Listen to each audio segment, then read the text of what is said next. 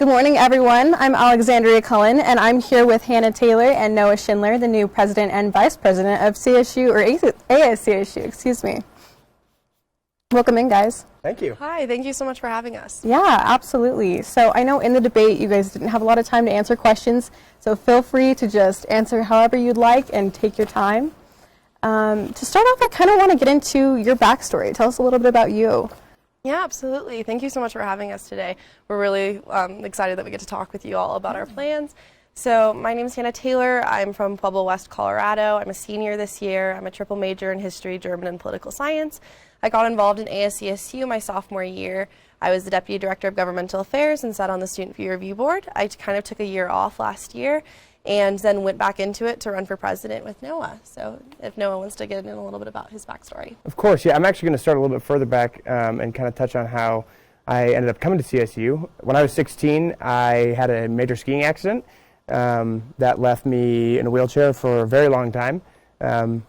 As I had to explain last night at Senate, sometimes I have trouble sitting for an extended period of time. My left leg and hip are metal. And I have back issues that will never heal. But that is what drove me to CSU. I had a very intense recovery and got back into skiing. The accident was, of course, skiing related. And I don't know why, but I had some drive to come back out to the mountains and kind of overcome the hesitations that came with that accident. And I came to CSU, and last year I made a one-off comment when I was sitting at dinner with a friend of mine. Kind of went something like, I think I could do a really good job standing for what I believe in and I know what students need. And that friend that I was sitting with knew Hannah and said, hey, I know someone who's running for president. Do you really mean that? And I said, yeah, I actually do mean that. And he connected us, and we sat down last spring and came up with our plan. Sadly, because of COVID, that got pushed back in a really weird way, but we were able to kind of work through the summer and stay connected and really, come up with some ideas and policies that affected students today. And now here we are. That's a really cool story. That's amazing that you overcame those challenges. So I know Noah touched on it a little bit, but what made you get into politics? Like specifically with ASCSU? Mm-hmm. So I really wanted to become involved with the student government. My sister was actually on the judicial branch. She served as an associate justice, later the chief justice.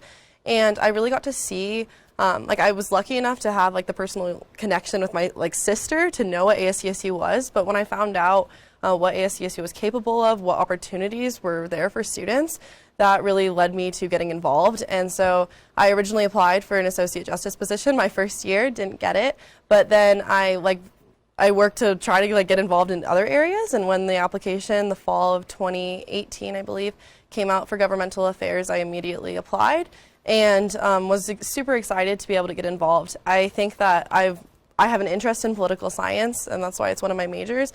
But to be able to see what ASCSU can do and the opportunities that it provides to really truly give students a voice, it's hard once you're in there to not believe in it and to not work to try to make ASCSU better. And so that's what really kept me engaged and wanting to pursue. Yeah, absolutely. So is this something that either of you might want to pursue outside of the collegiate level? I would say probably not. I want to go to law school and practice corporate law, but I don't think that I want to ever run for public office. I don't know about Noah. Yeah, I mean, I think that's a complex question in itself. I have a major, I'm a corporate finance and investment analysis concentration in a finance major. So I made sure that I didn't keep any doors closed in the future. Yeah. And I'm kind of at the point where I don't have any expectation for where I'm going to go. I'm just going to work hard enough to make sure that I can set myself up for success in the future and follow whichever doors I walk through. Very exciting. So it's been 2 weeks since the election. How are you feeling now that the initial rush and adrenaline has kind of dropped a little bit? Yeah, I'm super excited that we were able to get through with the interviewing process, the hiring process. Last night we got most of our cabinet members ratified, but because senators were leaving the Senate session, we no longer made quorum. And so unfortunately 6 of our cabinet members were not able to be put up for ratification, which is really unfortunate. But we're really excited that we were able to get, most of our cabinet ratified because we can start working immediately. I think that Noah and I have really been able to take the time the past 2 weeks to reflect on the campaign, and then also, really get ourselves centered and going through these interviews, this hiring process, to really kind of focus in on what we want for this year, what we want our team to be working on, and how we kind of want that office dynamic to work. Yeah, and I would honestly say that Monday was kind of a breath of fresh air. Because of COVID, we, of course, had to kind of compress all the normal duties that a new administration would take on once they're elected. We did 65 interviews in 1 week. 4 days or 5 days, which is, it equates to around 40 hours of work. And so once we were able to, finalize our choices for our cabinet and reach out to those members and congratulate them and say, we've chosen you, do you accept? And then walk them through the ratification process. It was just an exciting moment of kind of having those weights lifted off your shoulders. It's been hectic, but I wouldn't have it any other way. Yeah, absolutely. And last night, at the Senate session, we were when cabinet members were going through the ratification process and senators were questioning them, I think it just reaffirmed to both Noah and I that we truly did make very great selections this year. And it's unfortunate because it was such a competitive process that we did have to tell a lot of people no. But we're really thankful that we had a ton of students to choose from, especially since it was only a week process this year instead of 3. Yeah, sorry, I didn't mean to interrupt that. No. I believe if I'm correct, we had over 80 applicants. Wow. Which I was told, I don't know if this is totally true, was the most applicants for an administration in the memorable past, which is really exciting for us, especially because of COVID. Outreach has been extremely difficult, even through the campaigning process. So having that many students who are driven to apply gave us hope that, even though we are in this weird climate of being online, students are still passionate about student government and understand how important it is. Yeah, no, absolutely. And I was going to say, I know that you guys did have a week to hire, so that obviously changed the way that you looked at that process and had to make those decisions. What was the response from students going into this now that you are elected? Did you get a positive response? Are you specifically talking about while going through interviews or since we've spoken with? Since the election, just how people reacted to you being elected and being in that office. Yeah, absolutely. I think that we were able to reconnect with several of the candidates that ran against us. Jasper Sloss last night was ratified as our chief of staff. Mary was ratified last night as our director of diversity and inclusion. So it really did feel good that we were able to, repair some of those, friendships that we had, because during the 2.5 weeks of campaigning, sometimes you do see the worst and best of people, and it is a competition. And so I'm really glad that we were able to, look back now after 2 weeks have passed and that we are still able to have these working relationships. We did get a overwhelming amount of support from friends and people. It felt so it was so warming to hear from students I've never met before and just say that they were so excited that we did win because they believe in the policies that we're trying to push and our goals in truly helping students, specifically during this pandemic. So it has been a lot of good response and good feelings, and I do truly feel like a lot of people do believe in us and what we are all about. Yeah, and I honestly kind of got that feeling when we were campaigning before it was even over. Towards the last 2 or 3 days, when we were out tabling in the plaza, there was a lot of students who we were, speaking with, who said, "Hey, I already saw your campaign, and I love what you guys are doing." And when voting had opened, 2/3 the people we had talked to that day were like, "Oh, we already voted for you." And it just kind of gave me a breath of fresh air to understand that students were still hearing about us, even though, we're in this COVID climate and it's hard to communicate. That our social outreach was still wide enough to kind of grab those student pools who maybe kind of disassociating a little bit, not purposely, but because they are not on campus every day. Yeah, Absolutely. And like, I think it was a very good feeling to hear that like we were able to reach people, because I mean less than 20% of students are on campus, like have a class on campus and are actively here. And so I think that it really like built up some confidence for us that we're able to go in this administration, because one of our goals is to make sure that more students know about what ASCSU is. Don't get me wrong, I think Noah knows that it did make me feel good when people were saying, oh, I voted for you or I've seen you, but I was still definitely walking into actually this building very, very nervous that our names might not be on that screen. But it definitely did give us some confidence to make sure that we are capable of reaching out to the student body as a whole and making sure that more students know about now ASCSU, not just our campaign. Yeah, well, let's talk about that for a minute, because I know transparency has been an issue with past presidents and past vice presidents. How do you plan on really doing that outreach and getting people aware of what ASCSU is? Yeah, that's a fantastic question, and that is one of like the kind of questions that we asked the people applying for our cabinet this year. Because even though we do have a department of marketing, we want to make sure that there's some outreach aspect in every single department that we have, because we think it's a problem when we were campaigning that we were also telling students what ASCSU is, what our student government is, and so that's really like one of our overarching goals, to make sure that more students do know what ASCSU is. And so like one of our plans is to like have fireside chats or like press releases once a month, and so that students like we're able to like post that on social media and really make sure that our social media has been updated, but then also cover what we've been working on and make sure that like we're fully discussing like what money has been spent, what departments have been working on, and that really comes from the information that we're given in our weekly reports. And I'll let you kind of go into that if you're The biggest thing that I think will help with our transparency issue, which is pretty rampant in ASCSU, I had not even heard of it until I was a second semester sophomore, is one of our big plans is to work with Canvas. So we didn't talk about it during our campaigning season because it was an idea that we really wanted to implement while we were in office. So, most students aren't accessing RamWeb unless they're updating their health insurance information or registering for classes. But students are accessing Canvas every single day. So one of the things we talked about is working with Canvas to create an ASCSU tab that gives weekly updates on everything that's happened within ASCSU. Departments already give us a overview of exactly what happened in that department, where money went. Even Senate tells us what bills were voted on.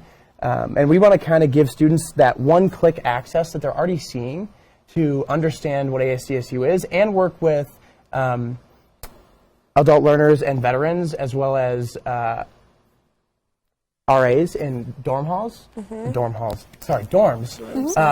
During the first couple weeks that students are in those dorms and orientation, to educate, just a quick overview of what ASCSU is and the importance that it holds on this campus. Unlike most colleges here in the U.S., we have an extreme amount of responsibility and power as students that is just unprecedented in most places.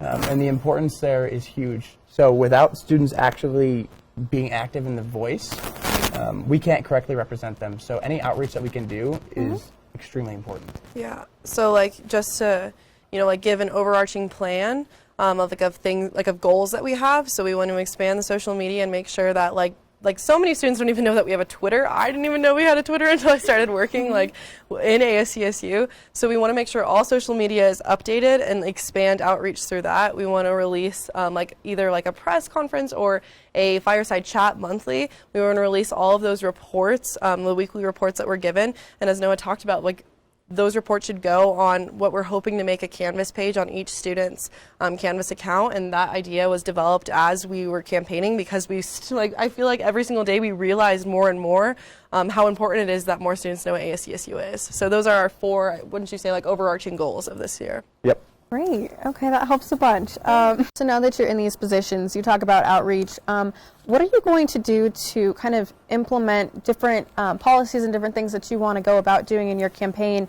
to the community outside of CSU? Yeah, that's a great question. Our Director of Community Affairs actually got ratified last night, Kyle Kuzman, And what we talked about, like in all of these interviews with the Director of Community Affairs, even with governmental affairs, was that we want to make sure that we're establishing relationships with the city council members and the mayor, and so that they're not just like foot in the door, saying hi, maybe going to some city council meetings. No, like we wanted someone that was consistently at every single city council meeting, so that he is familiar with the city council members, they're familiar with him, and that we can develop a working relationship. I already have that footing a little bit because in my work with ASCSU as governmental affairs, I assisted the Director of Community Affairs in that role in going to every city council meeting and establishing those relationships. So I really want to bring the Director of Community Affairs that we just had ratified in with me to build off of those relationships that we already have. We have to work with the city of Fort Collins, especially during the times of the pandemic, because they're the ones who say that we can only have 10 people gatherings.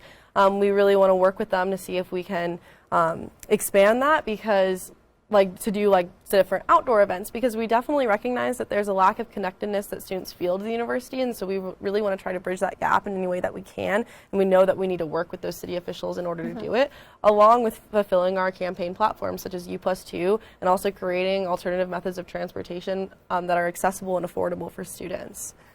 Yeah, and I actually want to touch on Kyle. You know, we had that massive pool of individuals who applied.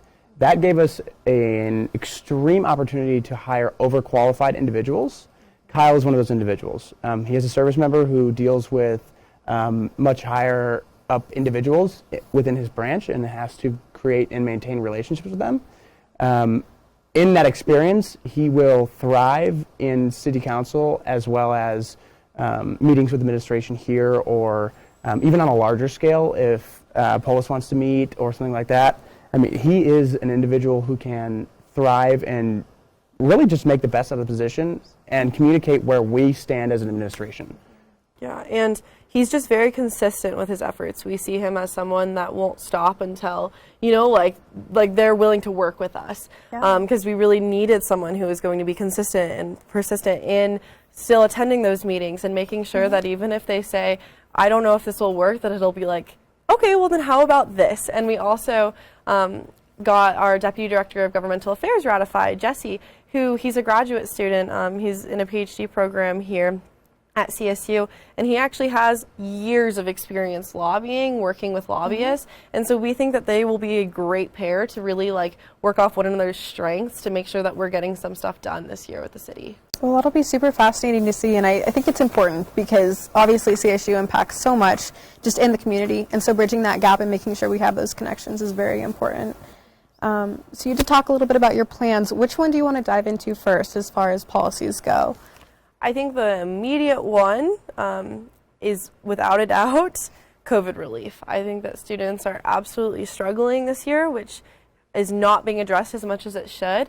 And I mean financial struggles, mental health struggles, and physical struggles, and access to resources. So I think that we immediately want to, start working with our Director of Health, who luckily was ratified last night, because the two deputies under that department were two of the members that were not able to get ratified because of there was not quorum at a certain point last night. But we immediately want to get working with her and make sure that we can provide students with the resources that they need, and then also address the situation for students that are in quarantine. I think that I know that it takes an absolute mental toll on those students, and we really want to make sure that whether it's planning virtual activities for students to get connected for all of the students that are in quarantine, or dropping off gifts and working with our other departments as well to provide them with something that they know that as Rams we take care of one another and that we are thinking about them right now. And because I can't imagine getting an email saying that I have to stay in my dorm for 2 weeks, that would absolutely take a mental toll on myself, and I know that it would on others as well. And so we really want to make sure that we're addressing that. And to touch on that quarantine issue, and this may sound brash, but prison inmates get an hour outside a day. Students who are in quarantine don't. They have to stay inside all day, secluded and isolated for 2 weeks. I don't know how many people have had that experience before, but it's extremely taxing on your mental health. When there's no one around to socialize with, people really struggle. And I don't know how you could keep up with school while you're dealing with that, let alone finances if you are a student who is trying to get through college on their own. because like some students can't, I mean, if you're a student that has to go in person to work, you can't work during those 2 weeks, you know, in customer service positions. There are students that are like lacking the funds that they need when they are forced to quarantine for 2 weeks. And we understand that, you know, it's absolutely necessary because, you know, we need to make sure that our CSU community is kept safe and our Fort Collins community is kept safe, but we really want to make sure that we're addressing those struggles. So, yeah. Let's talk about your COVID relief grant. Tell me a little bit more about how you plan on implementing something like that. Yeah, absolutely. So before campaigning actually started, I reached out to the student body president of University of Alabama at Birmingham. Her name was actually Hannah as well, and she was the student body president last year. And I reached out to her because I read a news article about how she collected funds, not only from like her student government, like the additional funds that they had last year, but also in different departments. She made multiple partnerships, and then they basically got these funds together that weren't used, you know, from like traveling that was no longer able to be done. So like the travel grant here. And then also like funds for events, and so they put all of these funds together into one fund and then transferred it into our comparable like financial aid office that's able to disperse funds to students. And they also worked with that office to create, you know, an application, a committee of people who get to like, you know, review those applications and then disperse those funds through a direct deposit. And while talking to her, there are some differences between our universities, but our student governments are run pretty similarly. And like the office, they just have different names. And so we think that we're like fully able to work with other departments, see what funds are still sitting there, put in the reserves. I know that for ASCSU, if funds are not, like the way that funds are rolled over, or they just get put in the reserve fund, they're not put in like the specific budget for the next president and VP to use. Even like they are able to use it, they just have to pull from the reserves. We think that the students that paid their student fees last year, they should be still impacted now. They shouldn't just be sitting in a reserve fund for years and years and years. And so we really want to work not only like within our own budget, but also in other departments at CSU to see what money is left over from what was not spent last semester. I couldn't have said it better myself. So, yeah. Very cool. So I'm assuming you would have to create a board then, or create some type of group that would be making those decisions for where that money is going to be distributed.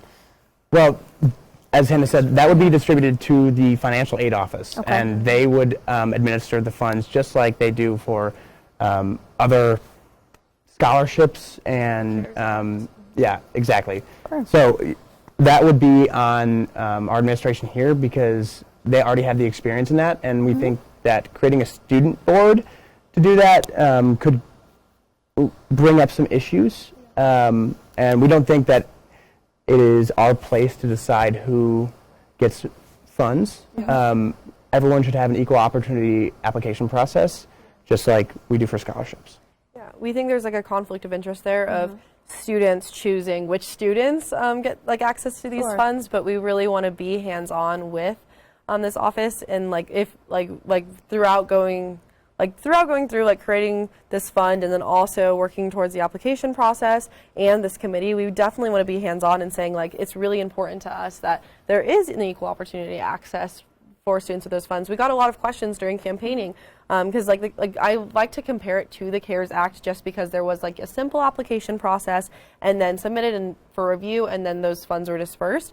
But there was a lot of concern coming from me comparing it to the CARES Act because undocumented students, like DACA recipients, are not eligible for those funds. And so we really want to make sure that like we make it apparent that we want all students to have access to these funds because the reason for that being was that the CARES Act was federally funded, and so they had to go through, you know, that process as well, but this would be like a very different process in that sense. So kind of going off of that, how do you plan on making CSU a more inclusive environment and more welcoming for all diverse communities? Yeah, that's a great question.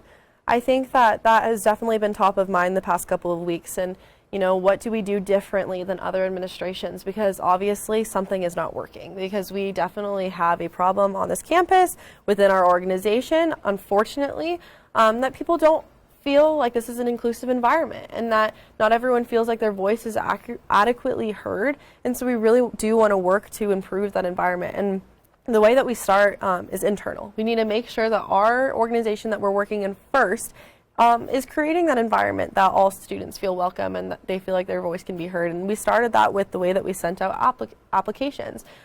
We sent it out to the Honors College, and not the Honors College, the Honors Program, to make sure that was dispersed. We sent it out to several academic departments. We sent it out to college councils. We sent it to the director of each STPS office. We sent it to the contact for the graduate school, so that all graduate students receive these applications. And so that was our first step in making sure that all students have the opportunity to apply. And we know that we definitely didn't reach the entire student body in doing that, but we did every single thing that we could within those couple of days to make sure that those applications were being dispersed to all parts of campus. Because an ongoing problem is that people involved in ASCSU continue to be involved in ASCSU and are getting those positions because of their experience, which is completely leaving out an entire side, the entire side of campus that hasn't been involved in ASCSU. So that was our first step. So we really wanted to make sure, considering in hiring, that we were choosing people that would create that space that makes everyone feel included, that it's a friendly environment and welcoming environment, because we couldn't do anything about people who decided not to apply because of the environment created right now. Unfortunately, we couldn't make people apply. We could make it accessible. But what we can do now is make sure that we put people in those seats that are going to work towards creating an inclusive environment and really work towards building that community within ASCSU, so that when an application, say that we have another position open up within the next year, which typically that does happen depending on what the needs are, that more students do feel like they're interested in applying and that they would feel included. And so that's what we're really trying to work on right now. Yeah, and 80 applicants is great, but for 30+ thousand students here at CSU, it is a minuscule amount. And it's one thing to have a door open. It's another thing to have that area be inviting. Of course, ASCSU's doors are always open, but for most students, they'll walk past it every day and never take notice of it. So it's our goal to make it a space where students want to enter. And of course, with this COVID pandemic right now, it makes it much more difficult. But that doesn't mean that we can't improve on what is already in place. And that's kind of another reason that this Canvas idea we have is so important. We think that with education about the ASCSU, there will also be drive to get involved. If students don't know, then they can't walk in. But if they understand the importance of it and how much impact we can actually have on day-to-day life here at CSU, I think those communities all around us will start to come into this space. But until we improve our outreach, it's not going to happen. Well, it's nice to hear that, because I just know there are so many different communities here and everyone has so much to bring to the table. So I'll be interested to see how you guys implement that and get those people involved. I did have a couple more questions about COVID, if you don't mind. You talk about bringing in equipment and bringing in necessary supplies for students. At this point in time, what do you think is still necessary? The hand sanitizer, the masks, thermometers, what's important to bring in at this point? I think the most important out of those three things as far as accessibility goes, access to those things is definitely thermometers, because thermometers are more expensive for students, and they are, if a student does not have a thermometer, then they're not accurately filling out their symptom checker, or they're not doing it. And so we think that if we made thermometers more accessible for students, because there is an affordability aspect there, because some thermometers can range from $10 to $15, and some students just honestly would rather spend it on food than a thermometer. And so we want to make sure that all students do have access to those, because then I think that students would be more regularly taking their temperature, and then we could help reduce the amount of students that may be going on campus with a fever. And so we think that is probably one of the first resources that students do need right now.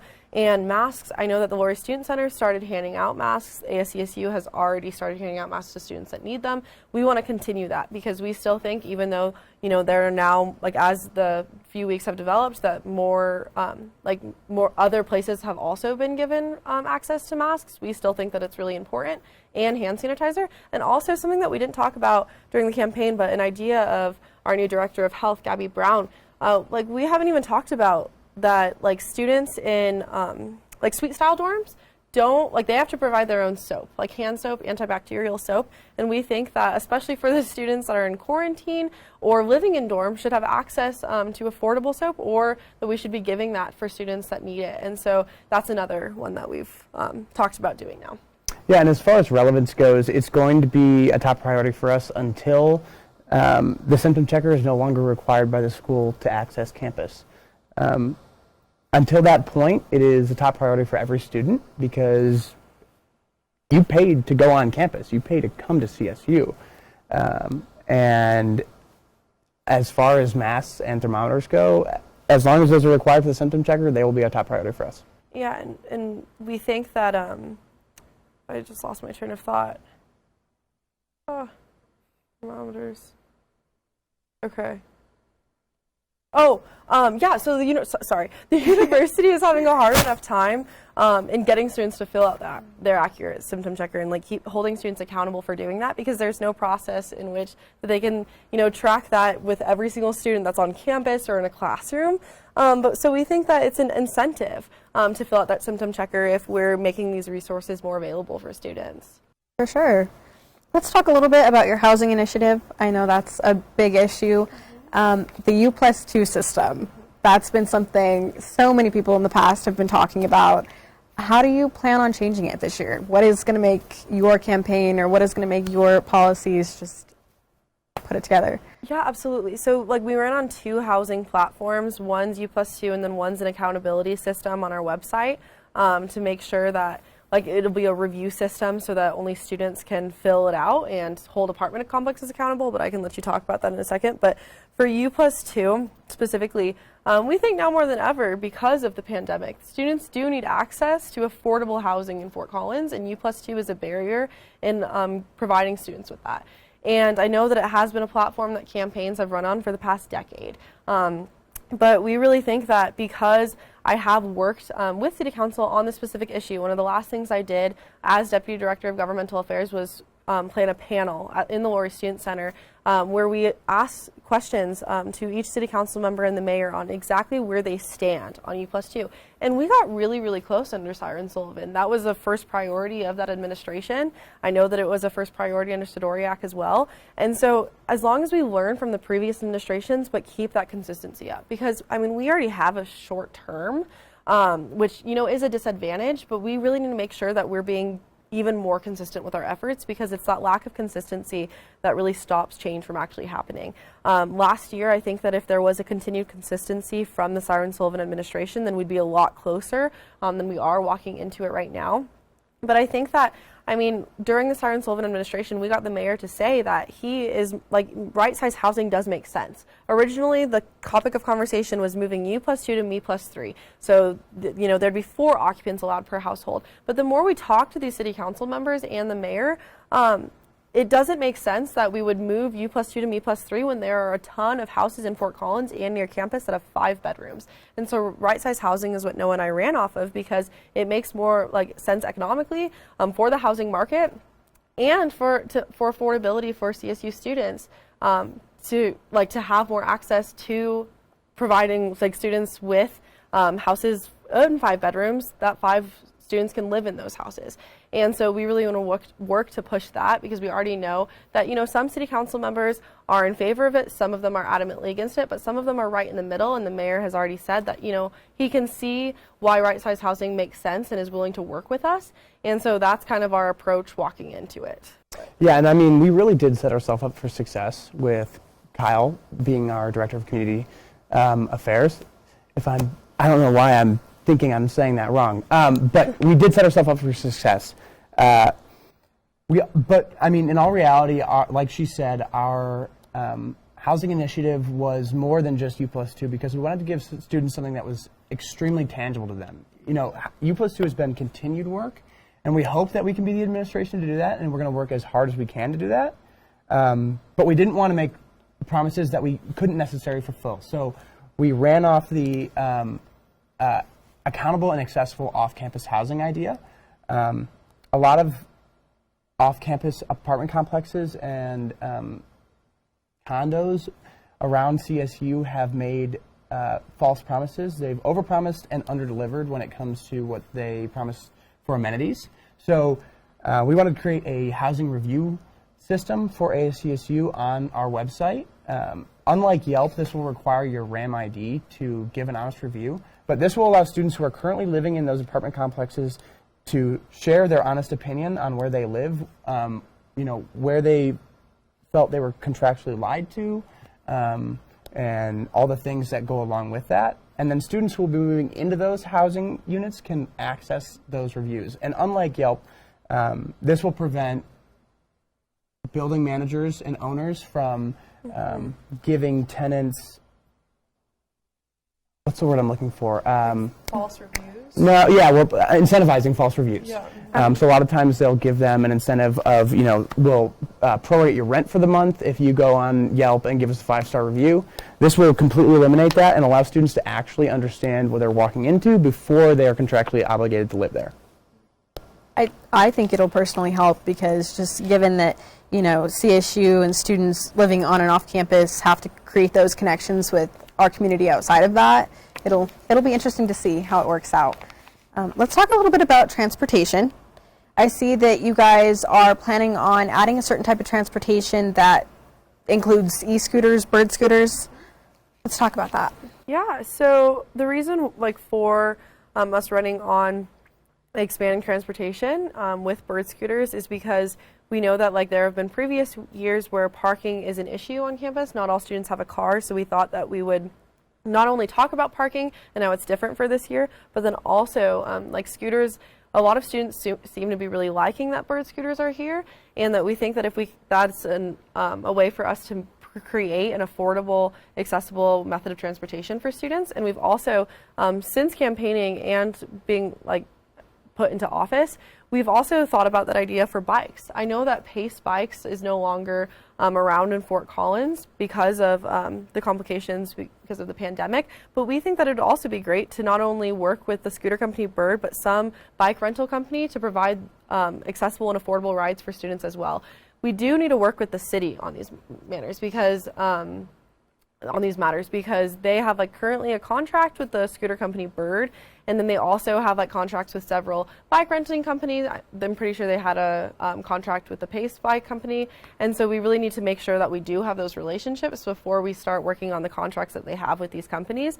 But we think that it's really tangible because we've done the research that we've needed to do, and we know that Bird scooter companies they have a partnership with UCLA to provide 50% off Bird scooter rides. They have a lot of low income programs. They actually have an elderly program to provide I think it's $5 a month for unlimited bird scooter rides for low-income communities. So we really think that we can work off the programs that they already have, work off the contract that they already have with the city of Fort Collins to really provide more opportunities for affordable and accessible transportation in Fort Collins for students. And of course we want to promote walking and biking onto campus because that's as green as it gets.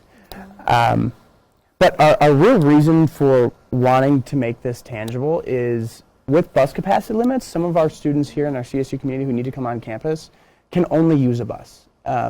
Whether it's being in a wheelchair or having another issue about your living situation, a bus is necessary for getting around Fort Collins and campus. And if those buses are at capacity, some students are left without a mode of transportation to get onto campus. So if we can free up some of those bus capacity limits to ensure that students who absolutely need a bus have it, and students who don't need it can find an affordable or cheap, even free, as we talked about, way onto campus. So for those of us who drive a car, because I drive to campus, do you plan on doing anything as far as making parking more affordable? Yeah, absolutely. So when Noah and I talked about running together in the spring, we had this conversation and I was like, every single year there's a campaign that runs on reducing the price of parking, free parking, and it never happens, and I don't want to be a part of that pattern. And Noah fully agreed with me. He was like, I don't think that's being fully transparent with students. I appreciated, that we were on the same page about that. This year, the reason why we looked into, what we could possibly do about parking because of the pandemic. Less than 20% of students actually have a class in person.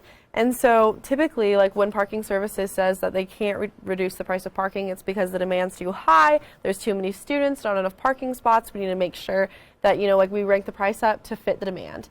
This year the demand is a lot lower, and so we don't think that students should be buying parking permits for a class that they have, like one class in person, 2 classes in person. We think that we should be able to expand free 2-hour parking throughout campus since that demand is no longer there. Until, unfortunately, we don't know when that demand will go back up. But for this year, we think that we can really work to, whether it's reducing the price of parking hourly, reducing the price of parking permits, or expanding free 2-hour parking throughout campus, just because it is a different year, and we need to address that. Yeah, and we really don't think that parking services should be making a profit while some students are struggling to pay their bills and afford food.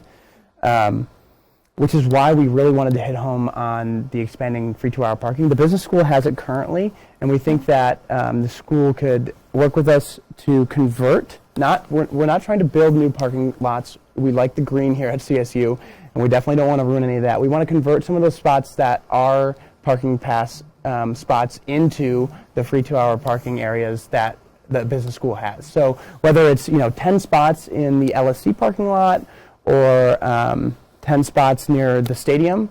It's just whatever we can do to free up some of those spaces for students to come on campus easier without having to spend $700+ on a parking pass, we want. Well, it looks like you guys are very passionate about everything that you want to pursue and do, and I think we're all excited to see that. That's all the questions I personally have, but if there's anything that you feel like we didn't touch on, I'd love to hear you guys talk about that. Or I think that we did go over, our 3 platforms of running on, expanding transportation methods, making housing in Fort Collins for students more affordable, accessible, and accountable, and then also, our COVID relief platform. We really do want to stress the importance of addressing those student concerns right now, because we know that they're there, and we want to make sure that we are affecting students positively during this experience and really impacting it to try to make it better. Yeah, and I agree, but I think I want to touch on one thing. When it comes to our review system for off-campus housing, the reason we say it's accountable is we think that if students have an actual understanding of what's going on in those apartment complexes, that it will force the owners and the building managers to up their standard. If students are reluctant to move in because they understand that they might be contractually cheated, if the apartment complex wants that business, they're going to have to improve. And preventing false reviews through that RAM ID gives us a unique ability to keep the reviews honest. But other than that, I think we touched on everything. Well, thank you so much for taking the time today to talk to us. I really appreciate that. Of course, thank you for having us. Yeah, absolutely. Thank you so much for having us. We really enjoyed talking with you. Yeah, for sure. I hope we can do this in the future. We'll see what you guys have to do. Awesome.